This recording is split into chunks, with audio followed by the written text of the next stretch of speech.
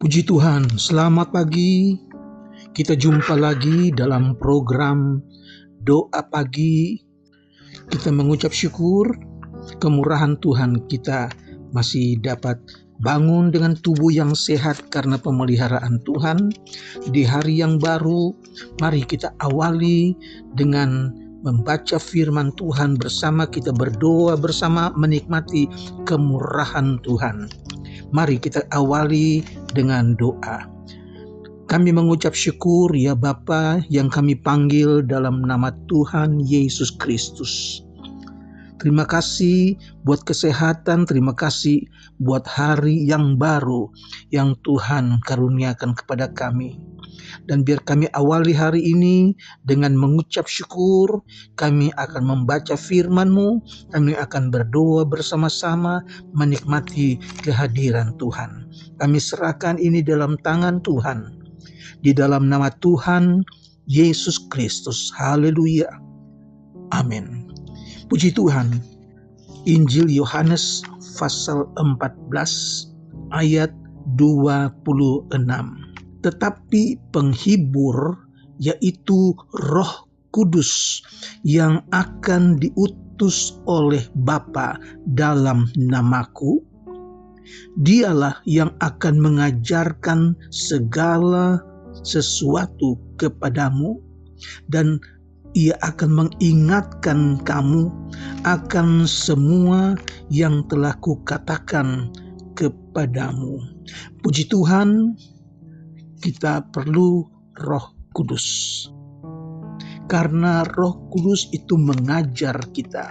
Roh Kudus mengingatkan kita supaya kita mengerti firman Allah dan kita taat kepada firman Allah dan kita diberkati oleh Tuhan. Roh Kudus mengajar kepada kita orang-orang percaya supaya kita mengerti rencana Allah bagi keselamatan serta hidup yang berkenan kepada Tuhan.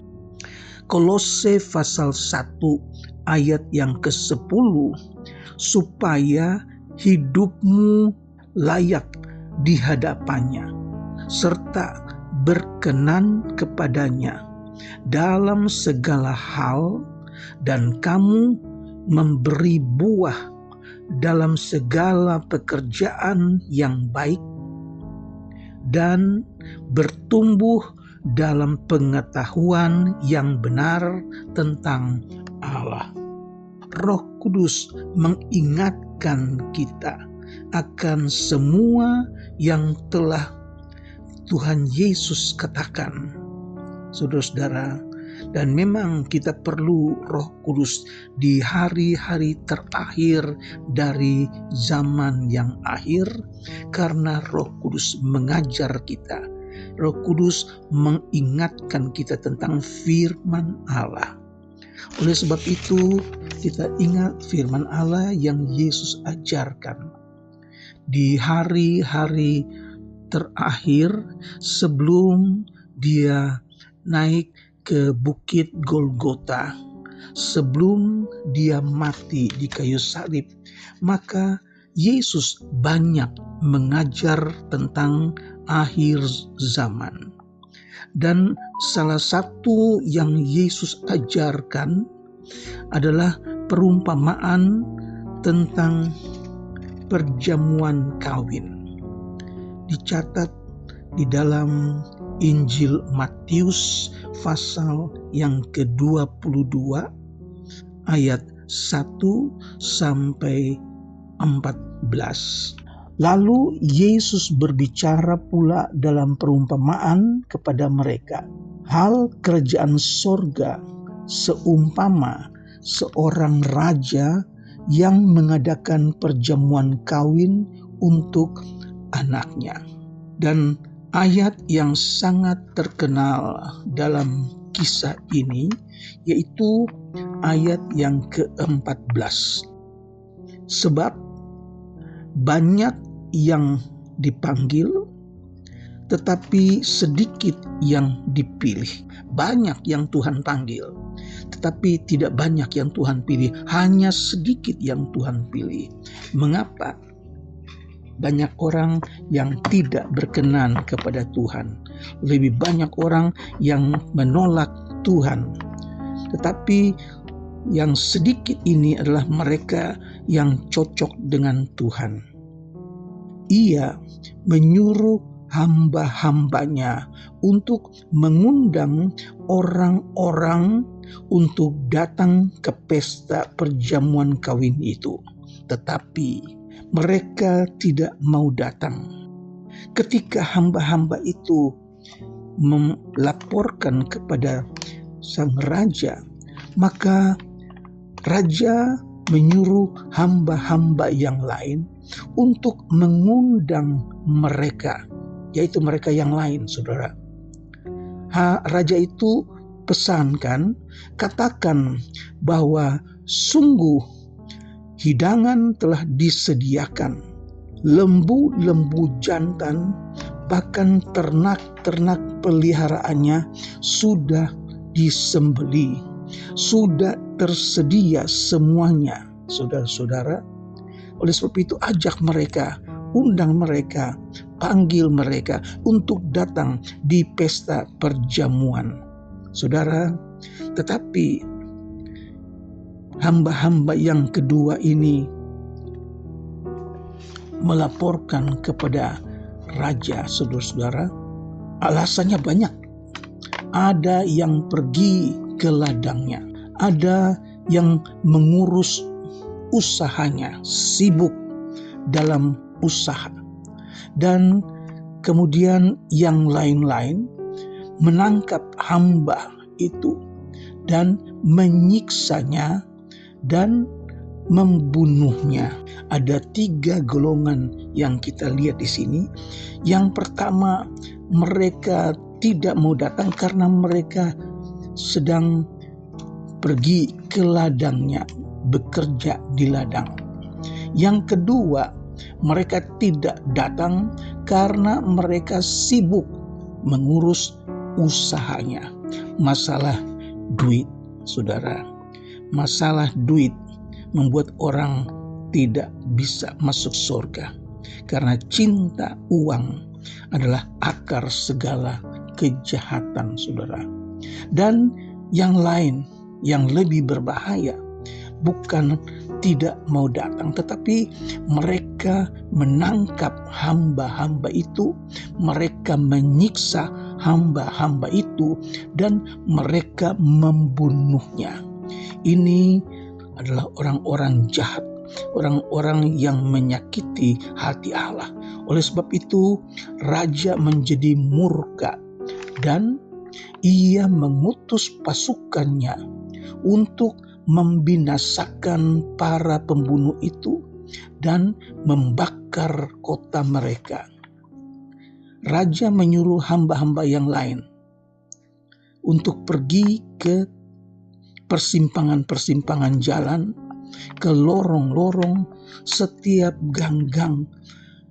Raja itu katakan, panggil mereka supaya mereka datang. Setiap orang yang dijumpai, panggil supaya mereka datang ke pesta perjamuan kawin. Banyak yang datang, banyak yang mau pergi ke perjamuan kawin tersebut. Penuh karena banyak yang datang, saudara. Tetapi ketika raja masuk ke dalam ruang pesta itu, dia melihat ada seorang tamu yang tidak memakai pakaian pesta. Raja itu bertanya kepada tamu itu, "Hai saudara, bagaimana engkau datang tetapi tidak memakai pakaian pesta?" Orang itu tidak menjawab, dia hanya berdiam diri saja.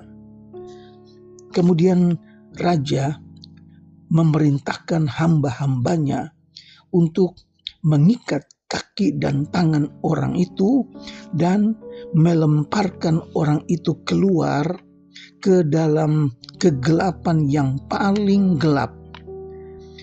Di sana terdapat ratap dan kertak gigi. seorang yang tidak memakai pakaian pesta. Pertanyaannya, apa sih maksudnya tidak memakai pakaian pesta?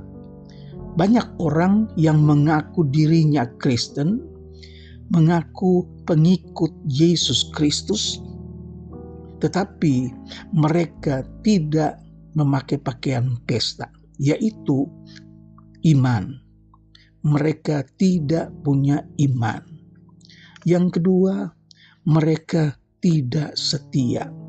Dan yang ketiga, mereka tidak hidup kudus. Jadi, pakaian pesta, gambaran adalah orang-orang yang memakai pakaian iman, kesetiaan, dan kekudusan. Dan ini adalah syarat untuk bisa mengikuti pesta perjamuan tersebut. Ternyata undangan waktu bertemu dengan orang-orang di lorong-lorong, di persimpangan-persimpangan jalan, sehingga ada orang baik, ada orang jahat, ada orang miskin, mereka itu semua datang. Tetapi mereka yang datang itu, mereka sudah persiapkan diri mereka. Mereka datang, mereka sudah mengganti baju mereka. Baju yang kotor, baju yang robek, baju yang tidak benar dan tidak cocok untuk berpesta, pakaian pesta. Mereka ganti. Ternyata untuk masuk ke pakaian pesta itu orang-orang jahat, orang-orang miskin itu merubah mereka. Mereka ternyata diajar, dibimbing untuk menjadi orang-orang yang percaya, orang-orang yang beriman, untuk menjadi orang-orang yang setia, dan untuk menjadi orang-orang yang kudus. Sehingga ketika mereka masuk dalam pesta perkawinan, mereka bukan lagi sebagai orang-orang yang diketemukan di persimpangan jalan, di lorong-lorong dan gang-gang, tetapi mereka itu sudah siap dengan pakaian pesta, siap dengan perangai karakternya yang baru, yaitu iman, setia, dan kudus. Itu yang membuat mereka bisa masuk di dalam pesta dan tidak diusir keluar oleh raja. Dan ketika seorang ini yang raja katakan, "Mengapa engkau bisa datang tapi tidak memakai pakaian pesta?" Maka orang ini hanya berdiam diri. Maka raja perintahkan supaya ikat kaki, ikat tangannya, dan lemparkan keluar ke dalam kegelapan yang sangat dan paling gelap.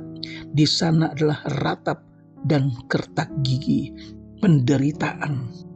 Mereka yang ada di dalam gereja tetapi masih berlumuran dosa. Ini adalah tipe orang-orang yang tidak dipilih.